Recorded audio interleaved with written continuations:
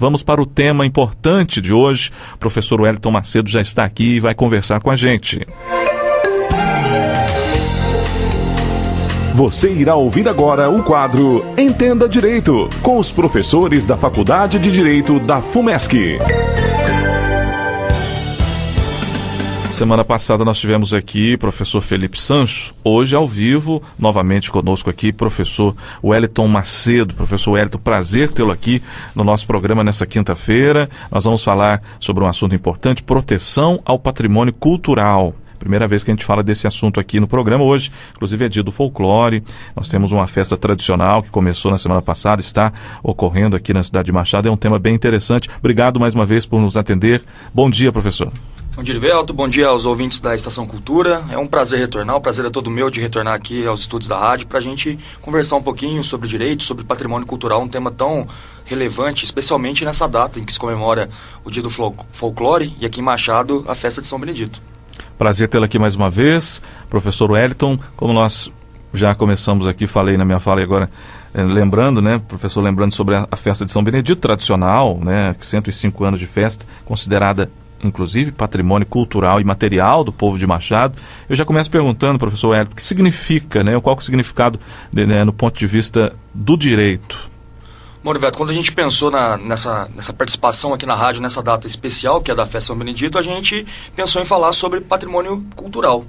Justamente porque a Festa de São Benedito, mais do que um momento de reunião e diversão da comunidade machadense, é uma expressão da cultura e da religiosidade do nosso povo. É por isso que desde lá de 2012 ela é reconhecida por lei como patrimônio cultural imaterial do povo de Machado. Então vamos falar um pouquinho aqui sobre o que significa patrimônio cultural e tudo que ele abrange, né? Eu gosto sempre de buscar a origem das palavras para entender o significado que elas têm. E essa palavra, patrimônio, ela tem uma origem muito bonita. Ela vem de pater, que lá no latim significa pai. Então é como se a gente dissesse que patrimônio é o que o pai deixa para o filho. Dizendo de outra forma, já que do ponto de vista cultural, patrimônio seria o que uma geração deixa para outra. A partir daí a gente tem que o patrimônio cultural de um povo é formado pelos saberes, afazeres, expressões, práticas. O patrimônio cultural nos remete à história, ele guarda a memória de uma comunidade, de determinado povo. Isso tem uma função muito importante, que é de ajudar a formar a identidade desse mesmo povo. Bom, quando a gente fala em patrimônio cultural, a maioria das pessoas que nos ouve deve imediatamente pensar lá numa igreja antiga, num prédio, num casarão, um monumento histórico. Esse tipo de patrimônio é o patrimônio material. Ele existe e ele é, assim, também muito importante. Mas também existe aquele patrimônio que a gente não tem como tocar, não pode carregar, que é o passado de geração em geração dentro da comunidade. Esse é o que a gente chama de patrimônio cultural imaterial. É aí que a gente tem os saberes, lugares, as formas de expressão e as celebrações. A festa de São Benedito é isso, é uma celebração. E por isso que ela é considerada patrimônio cultural imaterial. Tá bom, mas onde o direito entra nessa história? O direito entra para criar instrumentos de proteção desse patrimônio. Então, quando a gente ouve falar em tombamento ou registro de um bem, é o direito agindo aí para proteger esse patrimônio. Falando em tombamento, então, professor Wellington, o que é o tombamento? Livelto, o tombamento é, sem dúvida, a mais conhecida dessas ferramentas que o direito propõe para a preservação do patrimônio. A ideia do tombamento é proteger um bem material. Uhum. Então, a gente tem um tombamento como um ato administrativo do poder público. Pode ser feito pela União, pelos estados e também pelos municípios. Então, bens imóveis, centros históricos, até áreas naturais, também móveis, coleções de arte, objetos históricos, todos eles podem ser tombados. A ideia por trás do tombamento é a preservação das características originais da obra, para evitar que essas características se percam com o tempo. Já os bens imateriais, eles não estão sujeitos a tombamento, mas a outra proteção, que é o registro. A ideia do registro vem disso, desse desejo da comunidade em manter viva uma tradição. Uhum. Os livros de registro estão divididos naquelas categorias que eu falei agora há pouco. Formas de expressão, celebrações, lugares, saberes. E nesses livros se inscreve, se coloca todos os detalhes, tudo que se deseja preservar em relação a um bem cultural imaterial. Nós estamos falando com o professor Wellington Macedo sobre proteção ao patrimônio cultural, ao vivo no Entenda Direito, nessa quinta-feira. Professor, como que se protege um bem cultural? Acho que essa é a pergunta certa. Como se protege? Bom, os bens materiais tombados têm que ter as suas características preservadas. Então, o dono desses bens tombados, o dono de uma casa tombada, por exemplo, ele não deixa de ser dono. Mas ele tem que seguir orientações do poder público para fazer uma reforma, uma alteração. Vamos pegar, por exemplo, aqui a Casa da Cultura de Machado, que é um prédio tombado. Então, o prefeito não pode, de um dia para o outro, resolver alterar as janelas antigas da Casa da Cultura por janelas modernas, porque isso descaracterizaria o prédio como bem tombado. O mesmo acontece com qualquer proprietário. Se ele reside, se ele vive em um imóvel tombado, ele tem que proteger essas características. Quando a gente fala de bens culturais imateriais, como é o exemplo da festa de São Benedito, além dessa ideia de manter as tradições, o objetivo é ter projetos que mantenham vivo o patrimônio cultural. Seja por meio de parcerias com o poder público, com entidades privadas, pesquisas que deem suporte para que essa tradição continue.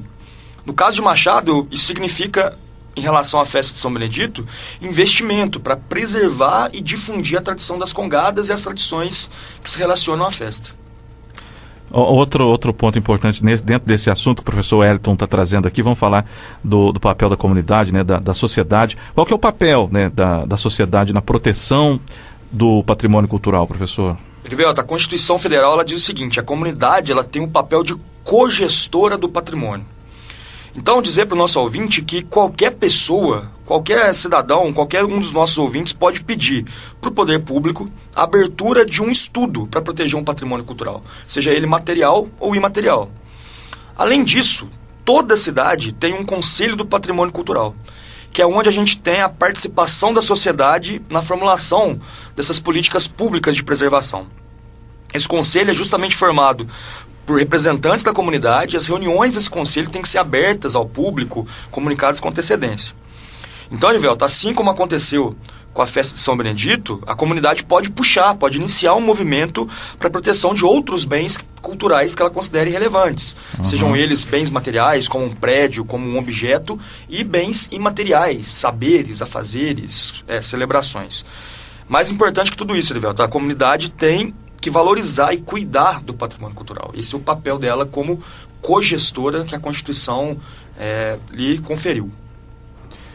Então, quer dizer, a comunidade pode encampar, sugerir, buscar, né, formas de discutir sobre determinada obra, ou, enfim, e mais do que isso, cuidar, né? Perfeito, porque exatamente. Esse é o papel da comunidade. O que fazer para impedir que um bem cultural, enfim, se estrague, se deteriore? O que pode se fazer? Erivelto, a população é a maior guardiã dos bens culturais, ela é a guardiã da memória. Então, um dos papéis que ela tem, além desse que a gente acabou de trabalhar, de puxar o processo, de cobrar o poder público, ela tem um papel de vigilância. Então, ela tem que estar muito atenta ao que o poder público faz e também ao que o poder público não faz. Se o poder público é omisso, se ele deixa de preservar, de conferir proteção ao bem. E também tem que estar atento às ações de particulares que estão relacionadas aos bens públicos. Por exemplo, um proprietário que não respeita o tombamento, ou pessoas que promovem vandalismo, pichações nos bens culturais. Tem mais. A destruição de um bem cultural é considerado crime, lá pela Lei de Crimes Ambientais. Então tem uma pena, inclusive alta, se deteriora ou destrói um bem cultural. Então, se o cidadão for testemunha de uma dessas agressões ao patrimônio, seja ele material ou imaterial, ele pode fazer uma denúncia na Polícia Civil, no Ministério Público ou em qualquer outro órgão encarregado da defesa do patrimônio. Estou vendo aqui uma pergunta de ouvinte que basicamente já foi respondida por você agora há pouco, mas vamos, claro, registrar aqui. A Marli, moradora do Jardim Floresta, ela pergunta o seguinte: por que existe muita dificuldade, às vezes, do proprietário do imóvel tombado ou a ser tombado, de entender que ele não está perdendo aquele imóvel? Sim. Marli, a gente tem realmente essa confusão. Alguns proprietários realmente pensam que no momento do tombamento a propriedade se perdeu, houve uma desapropriação. Não é verdade, não é o que acontece. Então, o tombamento ele é uma proteção que o imóvel tem. O proprietário ele vai ter limitações administrativas. Ele não pode, por exemplo, demolir o imóvel. Ele não pode, por exemplo, alterar essas características do imóvel, mas ele não perde em nenhum momento a propriedade. Pelo contrário, o poder público, nessa linha de preservação do patrimônio cultural, ele tem linhas de financiamento, programas de incentivos específicos para bens culturais. Então, o proprietário de um bem cultural, ele pode buscar no poder público um apoio para a preservação desse bem. Então, empresas públicas, bancos públicos têm todo um cuidado, uma preocupação em alugar ou comprar ou utilizar bens tombados como suas sedes para justamente o poder público atuar de forma mais direta na preservação. Mas essa confusão é comum, mas é uma confusão que tem que ser desfeita. O tombamento não significa em nenhum momento desapropriação. Ele é sim uma limitação administrativa e o proprietário pode normalmente conviver com essa limitação e valorizando o bem público na sua vida particular e também em relação à comunidade. Outra pergunta de ouvinte aqui para o professor Wellington responder, a Luciane Silva. Não tem o bairro dela aqui, mas é a Luciane Silva que mandou. Erivelto, gostaria de saber, pergunta ao professor Wellington, se uma festa tombada, como é o caso da festa São Benedito, pode ter alguma modificação após o tombamento, algum tipo de modificação nessa decisão que foi anunciada anos atrás e hoje é uma festa tombada. Sim. Luciane, as modificações sempre são possíveis, né? O registro da festa significa a gravação, digamos assim, das suas características principais. Então, óbvio que a organização da festa ela tem liberdade, de acordo com exigências de segurança da Polícia Militar, do Corpo de Bombeiros, de fazer pequenas alterações, mas o coração da festa, o espírito da festa, ele tem que sempre ser preservado.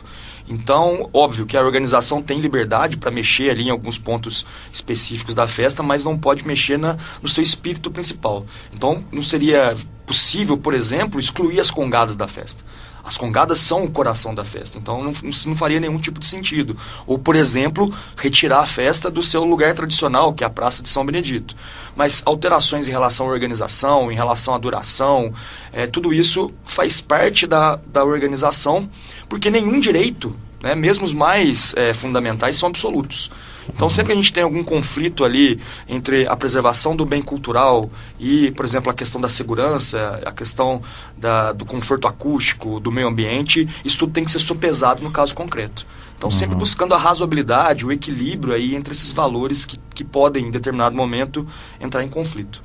Tem uma última pergunta aqui, eu vou inserir aqui no meio dessa pergunta de ouvinte para a gente finalizar esse quadro de grande audiência com esse assunto importante com o professor Wellington Macedo, sempre gentil e vindo aqui trazer assuntos importantes no nosso programa. É o João Donizete Pereira, do Jardim das Oliveiras. Ele aborda aqui um assunto importante da gente também comentar. Nós já falamos desse assunto aqui ao vivo na semana passada, aqui quando nós entrevistamos o presidente da Associação dos Congadeiros. Eu vou emendar um pouquinho da pergunta dele em relação ao tema que é proteção ao patrimônio cultural e tombamento. A pergunta dele diz respeito à questão sobre a falta de fogos aí na Alvorada na semana passada, enfim, porque teria ocorrido isso lá, a polêmica da última semana na festa.